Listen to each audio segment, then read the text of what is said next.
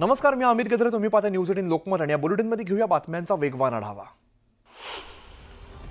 गडचिरोलीतील धान खरेदी घोटाळा प्रकरणातून न्यूज 18 लोकमतचा मोठा इम्पॅक्ट पाहायला मिळालाय. आदिवासी विकास महामंडळाचे कुरखेडा इथले उपप्रादेशिक व्यवस्थापक मुरलीधर बावणे यांचं निलंबन करण्यात आलंय.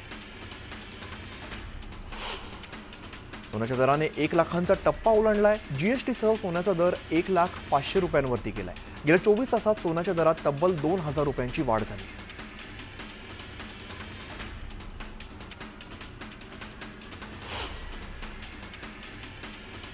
तुळजापूर ड्रग्ज प्रकरणातील 2 आरोपींचा अटकपूर्व जामीन नाकारण्यात आलाय. ड्रग्ज तस्करीत फरार आरोपी स्वराज उर्फ पिनू तेलंग आणि इंद्रजित उर्फ मिटू ठाकूर याचा अटकपूर्व जामीन अर्ज धाराशिव कोर्टानं फेटाळलाय. सुप्रीम कोर्टाने नाशिक महापालिकेला दिलासा दिलाय. नाशिक दर्गा प्रकरणी याचिकाकर्त्यांची मागणी फेटाळण्यात आली. याचिका दाखल करण्यापूर्वीच पालिकेने कारवाई केल्याचं निदर्शनास आल्याने दर्गा ट्रस्टला नव्याने हायकोर्टात दाद मागण्याचा सल्ला कोर्टानं दिलाय. दाभोळकर हत्या प्रकरणातील जामिनावर सुटलेले संशयित आरोपी विक्रम भावेंच्या दाभोळकर हत्या आणि मी या पुस्तकाचं आज कोल्हापूरमध्ये प्रकाशन पार पडलं. यावेळेला बोलताना दाभोळकर हत्या प्रकरणात आपल्याला विनाकारण गोवल्याचं विक्रम भावे म्हणाले. तर तत्कालीन मुख्यमंत्री पृथ्वीराज चव्हाण यांनी गुन्ह्याचा तपास फिरवल्याचा गंभीर आरोप सुद्धा केला. बुलढाणा जिल्ह्यातील शेगावमधल्या नागरिकांमध्ये नख तुटण्याची समस्या निर्माण झाली. त्यामुळे पुणे आरोग्य विभागाची टीम बोंडगावात दाखल झाली आहे. उद्या इकडे दिल्लीचे आरोग्य पथक दाखल होणार असून नागरिकांना घाबरून न जाण्याचं आवाहन करण्यात आलं. तनिषा भिसे मृत्यू प्रकरणात डॉक्टर घैसास यांना अटक करण्याची मागणी भिसे कुटुंबानं केली. महाराष्ट्र मेडिकल काउन्सिल समोर सुनावणी पार पडली. तनिषा भिसेंचं कुटुंब सुनावणीसाठी हजर होतं, तर डॉक्टर घैसास गैरहजर होते. महिलेची खासगी माहिती रुग्णालयातून प्रसारित करण्यात आल्याच्या विरोधात भिसे कुटुंबियांनी तक्रार केली होती. तनिषा भिसे मृत्यू प्रकरणानंतर राज्य सरकारने मंगेशकर रुग्णालयाला दणका दिला. प्रकरणात गरीब रुग्णांसाठीचा धर्मदाय निधी शिल्लक असताना पैसे मागितल्यामुळे मंगेशकर रुग्णालयाला 10 लाख रुपयांचा दंड ठोठावण्यात आला. बीडच्या गेवराई तालुक्यातील वाहे गावात क्षुल्लक कारणावरून 8 जणांवरती कोयता आणि रॉडने हल्ला करण्यात आला. या प्रकरणी अद्याप तक्रार दाखल करण्यात आलेली नसून जखमींवरती जिल्हा रुग्णालयात उपचार सुरू आहेत. वादग्रस्त पोलीस अधिकारी रणजित कासलेला 23 एप्रिलपर्यंत कोठडी सुनावण्यात आली आहे. अॅट्रॉसिटी प्रकरणात रणजित कासले विरोधात बीड शहरातील शिवाजीनगर पोलीस ठाण्यात गुन्हा दाखल करण्यात आला होता. बडतर्फ पोलीस अधिकारी रणजित कासलेला 23 एप्रिलपर्यंत पोलीस कोठडी सुनावण्यात आली. शिवाजीनगर पोलीस ठाण्यात दाखल केलेल्या अॅट्रॉसिटी प्रकरणात 23 एप्रिलपर्यंत पोलीस कोठडी सुनावण्यात आली. माजलगावात क्षुल्लक कारणावरून महादेव गायकवाड या ढाबा मालकाची हत्या करण्यात आली होती. दरम्यान आरोपी अद्याप फरार आहे. त्यामुळे आक्रमक झालेल्या नातेवाईकांनी थेट पोलीस ठाण्यात मृतदेह आणत आरोपींना अटक करण्याची मागणी केली. माजलगावच्या किट्टी आडगावात बाबासाहेब आगेंच्या कुटुंबियांची मनोज जरांगे पाटलांनी भेट घेतली आहे. आगेंच्या कुटुंबियांची भेट घेत जरांगे पाटलांनी कुटुंबियांचं सांत्वन केलं.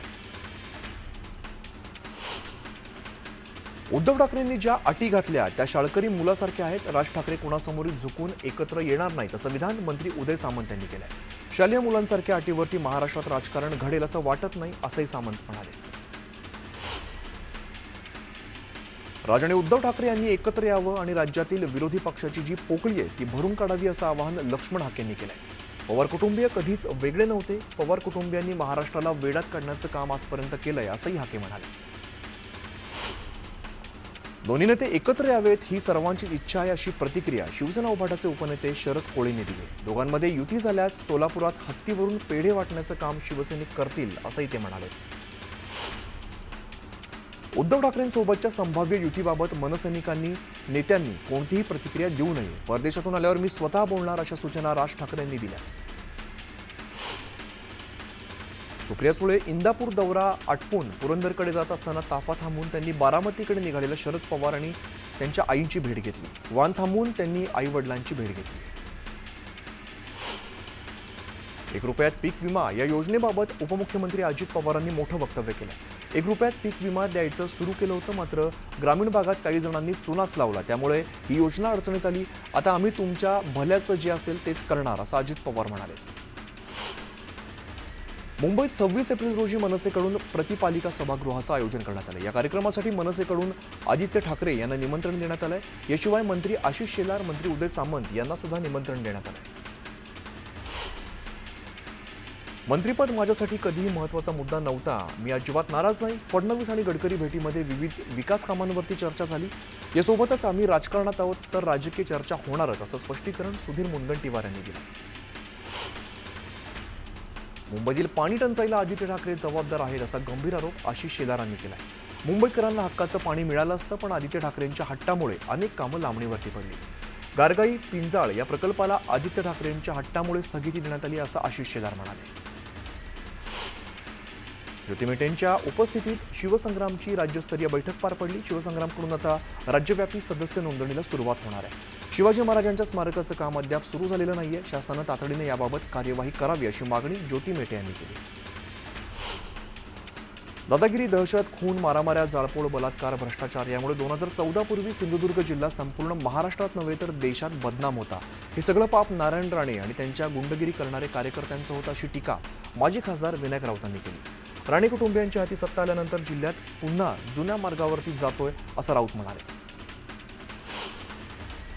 अहिल्यानगर जिल्ह्याच्या कर्जत नगरपंचायतीच्या नगराध्यक्षांना अखेर राजीनामा द्यावा लागलाय। 13 नगरसेवकांनी बंडखोरी करत उषा राऊतांच्या विरोधात अविश्वास ठराव दाखल केला होता। दरम्यान विशेष सभा होण्याच्या आधीच नगराध्यक्षांनी हा राजीनामा दिलेला आहे। चोपडा तालुक्यातील 79 ग्रामपंचायतींसाठी सरपंच आरक्षण सोडत काढण्यात आली। 6 ग्रामपंचायती अनुसूचित जातीसाठी, 6 नागरिक प्रवर्गासाठी, 27 ग्रामपंचायती अनुसूचित जमातींसाठी तर 40 ग्रामपंचायती खुल्या प्रवर्गासाठी राखीव ठेवण्यात आल्या। ग्रामविकास मंत्री जयकुमार गोरेंनी एका कार्यक्रमात विरोधकांना थेट इशारा दिलाय। आता मी बोलायचं नाही तर कार्यक्रम करायचं ठरवलंय, कोणी काय केलं आहे याचा सगळा हिशोब माझ्याकडे आहे, असा इशारा गोरेंनी दिलाय। निधी वाटपाबाबत तक्रार करणारे आमदार बाबूराव कोहळीकर यांना अतुल सावेंनी प्रत्युत्तर दिलंय। आमच्याकडे 5 वर्ष असून 237 आमदार आहेत, ज्याला युतीमध्ये राहायचंय त्यांनी राहावं, अन्यथा बाहेर पडावा, असा इशारा सावेंनी दिलाय। आषाढी यात्रेच्या पार्श्वभूमीवरती पालकमंत्री जयकुमार गोरे यांनी वारकऱ्यांना सुविधा उपलब्ध व्हाव्या त्यासाठी विविध ठिकाणची पाहणी करत अधिकाऱ्यांना सूचना दिल्या। वारकऱ्यांसाठी नियोजन समितीतून निधी उपलब्ध करून दिला जाईल, असं पालकमंत्र्यांनी स्पष्ट केलंय। पंढरपुरात मंत्री शंभूराज देसाईंना काळे झेंडे दाखवण्यात आले। शेतकरी कर्जमाफी झालीच पाहिजे अशी घोषणा यावेळी देण्यात आली।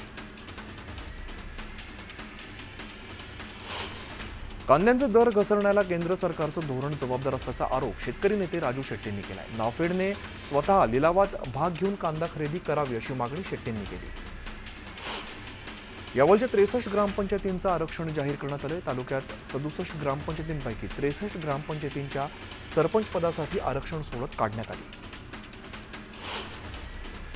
अंबरनाथमधील उद्योजक विश्वनाथ पनवेलकर यांच्या घराबाहेर गोळीबार करण्यात आला होता। दरम्यान या गोळीबाराचा सीसीटीव्ही व्हिडिओ समोर आलाय। पनवेलकर यांच्या घराजवळ दुचाकीवरून 2 अज्ञातांनी गोळीबार केल्याचं या व्हिडिओमध्ये दिसून येतं। ठाण्याच्या खार्डी गावात एका तरुणाला मारहाण करण्यात आली होती। दरम्यान पोलिसांनी तक्रार दाखल करण्यास टाळाटाळ केली। या प्रकारानंतर भिवंडीचे खासदार सुरेश म्हात्रेंनी पोलीस स्टेशनमध्ये पोलिसांना चांगलंच धारेवर धरलं। मीरा भाईंदर महापालिकेच्या विरोधात मनसेने प्रतिकात्मक प्रेतयात्रा काढली। मीरा भाईंदर महापालिकेच्या क्रीडा संकुलात बुडून 11 वर्षीय मुलाचा मृत्यू झाला होता। या विरोधात मनसेने पालिकेचा निषेध नोंदवला। मुंबईत कचरा वाहतूक करणाऱ्या कामगाराचा अपघातात मृत्यू झालाय। मागील 4 दिवसात दुसरा अपघात झाला। कामगाराच्या मृत्यूनंतर मनसे आक्रमक झाली। महाराष्ट्र नवनिर्माण कामगार सेना सरचिटणीस केतन नाईक यांनी मृत कामगाराच्या कुटुंबियांसहित जी उत्तर विभाग कार्यालयावरती धडक देत प्रशासनाला जाब विचारला। माडाच्या धर्तीवरती सिडकोनही घरांच्या वाढीव किमती कमी कराव्यात अशी मागणी माजी आमदार संदीप नाईक यांनी शासनाकडे केली। या संदर्भात त्यांनी मुख्यमंत्र्यांना पत्र लिहिलंय। बार्शी टाकळी ठाण्याचे पोलीस निरीक्षक प्रकाश तुनकलवार यांची पोलीस नियंत्रण कक्ष अकोला इकडे तडकाफडकी बदली करण्यात आली। आमदार हरीश पिंपळे आणि त्यांच्या कार्यकर्त्याला त्यांनी शिवीगाळ केल्याचा आरोप करण्यात आला होता। नांदेड शहरात छत्रपती संभाजी महाराज यांचा पुतळा उभारण्याची मागणी सकल मराठा समाजाकडून करण्यात आली। याबाबत सकल मराठा समाजाकडून पालकमंत्री अतुल सावे यांना निवेदन देण्यात आले। जळगावात प्राथमिक शिक्षण विभागातर्फे वेद प्रेरक कार्यशाळेचं आयोजन करण्यात आलं होतं। कार्यशाळेत जिल्हाभरातील विविध शाळांचे 164 शिक्षक, केंद्रप्रमुख आणि गटविकास अधिकारी सहभागी झाले होते. चाळीसगाव मुख्य बाजार समितीत लिलाव आज बंद आहे, त्यामुळे बाजार समिती परिसरात शुकशुकाट पाहायला मिळतोय. शेतमाल टाकण्यास जागा नसल्यामुळे तसंच बँकेतून पुरेशी रक्कम उपलब्ध होत नसल्यामुळे परवानाधारक खरेदीदार व्यापाऱ्यांनी आज बंद पुकारला. हिंगोलीतील धुळखात पडलेल्या सिद्धेश्वर प्राथमिक आरोग्य केंद्राच्या इमारतींचं अखेर लोकार्पण पार पडलंय.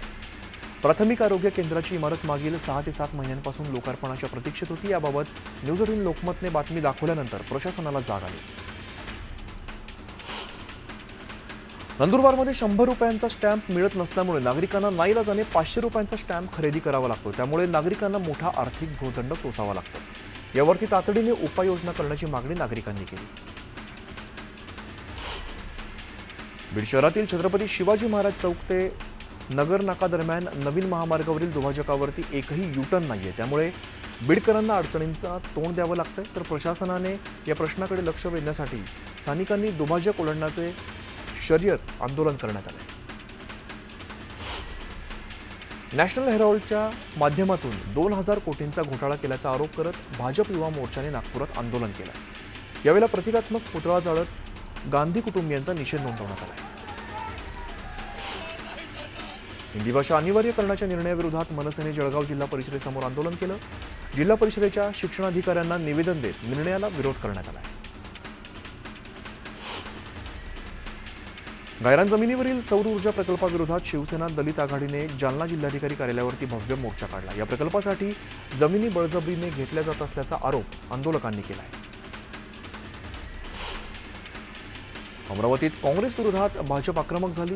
नॅशनल हेराल्ड घोटाळा प्रकरणी राहुल गांधी आणि सोनिया गांधी यांच्यावरती कारवाई करण्याच्या मागणीसाठी काँग्रेसची प्रेतयात्रा काढण्यात आली. यावेळेला पोलीस आणि भाजप कार्यकर्त्यांमध्ये झटापट झाली. भाजपनं अमरावतीतील आंदोलनांसाठी जिल्हा परिषदेच्या विश्रामगृहाचा वापर केल्याचा आरोप काँग्रेसनं केला. याविरोधात काँग्रेस आक्रमक झाली. जिल्हा परिषदेच्या सीओच्या केबिन बाहेर काँग्रेस कार्यकर्त्यांनी आंदोलन केलं. चित्रकार दीपा कुलकर्णी यांच्या चित्रांचं प्रदर्शन मुंबईच्या बजाज आर्ट गॅलरीमध्ये भरवण्यात आलेलं आहे. द झील अशी या प्रदर्शनाची थीम असून विविध चित्र प्रदर्शनात ठेवण्यात आलेले आहेत. या कार्यक्रमाला लोकमत समूहाचे चेअरमन डॉक्टर विजय दर्डा आणि अच्युत पालव यांच्यासह अनेक मान्यवरांनी हजेरी लावली. गोंदिया जिल्ह्यातील सडक अर्जुनी तालुक्याला डव्वा ग्रामपंचायतीला राष्ट्रीय पंचायत पुरस्कार मिळालेला आहे. देशात प्रथम क्रमांक मिळाल्याने डव्वा ग्रामपंचायतीला 1 कोटी मिळणार आहे. हवामान बदलाचे होणारे दुष्परिणाम रोखण्यासाठी केलेल्या उल्लेखनीय कामगिरीची दखल घेत डव्वा ग्रामपंचायतीला पुरस्कार जाहीर करण्यात आला आहे. नागरी सेवा दिनानिमित्ताने नाशिकचे जिल्हाधिकारी जलज शर्मा यांनी पंतप्रधान नागरी सेवा सर्वोत्कृष्ट पुरस्कार 2023 प्रदान करून सन्मानित करण्यात आले. नाशिक जिल्ह्याच्या सर्वांगीण विकासातील उल्लेखनीय योगदानासाठी शर्मा यांना पुरस्कार देण्यात आला. राजीव गांधी प्रशासकीय गतिमानता अभियानांतर्गत एरंडोल नगर परिषदेच्या पुस्तकांचा बगीचा या उपक्रमाला राज्यस्तरीय पुरस्कार प्रदान झालेला आहे. मुख्यमंत्री देवेंद्र फडणवीस यांच्या हस्ते पुरस्कार देण्यात आला. रावेर तालुक्यातील खिरादो गावचं मंडळ अधिकारी जनार्दन बंगाळे यांना राज्यस्तरीय पुरस्काराने सन्मानित करण्यात आले. दाखल्यांची शाळा या नाविन्यपूर्ण उपक्रमाचा यशस्वी अंमलबजावणीबद्दल मुख्यमंत्र्यांच्या हस्ते त्यांचा गौरव करण्यात आला. जळगावच्या धरणगाव तालुक्यातील पिंपळे शिवारात महावितरणच्या विद्युत तारांच्या शॉर्ट सर्किटमुळे भीषण आग लागली. या आगीमध्ये 3 एकरवरील मका जळून खाक झालाय. जळगावमध्ये खासगी रुग्णालयात उपचारादरम्यान 3 वर्षाच्या बालकाचा मृत्यू झाला. दरम्यान डॉक्टरांच्या हलगर्जीपणामुळे मृत्यू झाल्याचा आरोप पालकांनी केलाय. तर हलगर्जीपणा करणाऱ्या डॉक्टरची चौकशी करून कारवाई करण्याची मागणी सुद्धा केली. वर्ध्यामध्ये चालत्या ट्रकचा टायर फुटल्यामुळे अपघात झालाय. नागपूर हैदराबाद राष्ट्रीय महामार्गावरती शिडगाव चौरस्ता या शिवारादरम्यान ही घटना घडली आहे. या अपघातात दोघांचा मृत्यू झाला असून 1 जण गंभीर जखमी. नांदेडमध्ये गोदावरी नदीतून रेतीची मोठ्या प्रमाणात तस्करी सुरू होती. या तस्करीविरोधात नायगाव तहसील कार्यालयाने धाडसी कारवाई केली. रेती उपसा करणाऱ्या बोटी आणि इतर साहित्य जप्त करून ते नष्ट करण्यात आले. बारामती एमआयडीसीमध्ये भंगाराच्या गोदामाला भीषण आग लागली होती. या आगीत लाखोंचं नुकसान झालंय. हिंगोली शहरालगतच्या खटकाळी भागातील हनुमान मंदिरातील दानपेटी चोरट्यांनी लंपास केली. संपूर्ण घटना सीसीटीव्हीत कैद झाली. शरद पवार आणि अजित पवारांमध्ये पुन्हा एकदा जवळीक वाढल्याची चर्चा राजकीय वर्तुळामध्ये सुरू आहे. पुण्यातील AI संबंधित विषयावरती चर्चा करण्यासाठी पुण्यातील साखर संकुल इकडे आयोजित बैठकीत शरद पवार आणि अजित पवार आज एकत्र आले. गेल्या 15 दिवसातील काकापुतण्यांमधील ही तिसरी भेट आहे. साखर संकुलातील बैठकीनंतर अजित पवार आणि शरद पवारांची वेगळी बैठक पार पडली. दोघांमध्ये सुमारे 15 ते 20 मिनिटं चर्चा झाल्याची माहिती आहे. मात्र स्वतंत्र बैठकीतील चर्चेची माहिती अद्याप गुलदस्त्यात आहे. शरद पवारांसोबतच्या भेटीवरती अजित पवारांनी स्पष्टीकरण दिलं. शरद पवार संस्थाध्यक्ष आणि मी ट्रस्टी म्हणून बैठकीला एकत्र येतो. काही विषय राजकारणाच्या पलीकडे असतात. परिवार म्हणून एकत्र येणे ही महाराष्ट्राची परंपरा आहे, असं उपमुख्यमंत्री अजित पवार म्हणाले. राज्यात ठाकरे बंधूंच्या मनोमिलनाचं वारं वाहत असतानाच दुसरीकडे शरद पवार गटाच्या रोहित पाटलांनी दोन्ही पवार एकत्र आल्यास आनंद होईल अशी आशा व्यक्त केली. एक छोटासा ब्रेक, लगेचच परत येतोय. पाहत राहा न्यूज 18 लोकमत.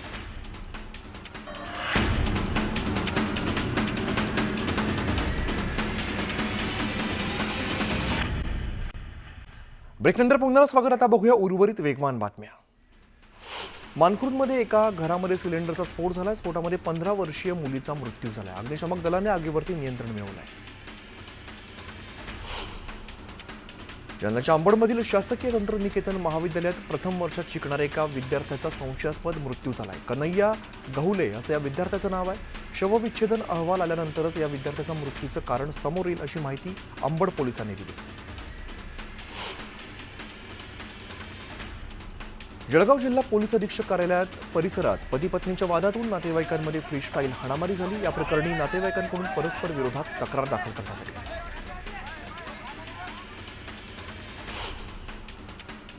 या सगळ्या वेगवान घडामोडीनंतर बुलेटिनमध्ये वेळ झाली. इकडे सामनाची पाहत राहा न्यूज 18 लोकमत.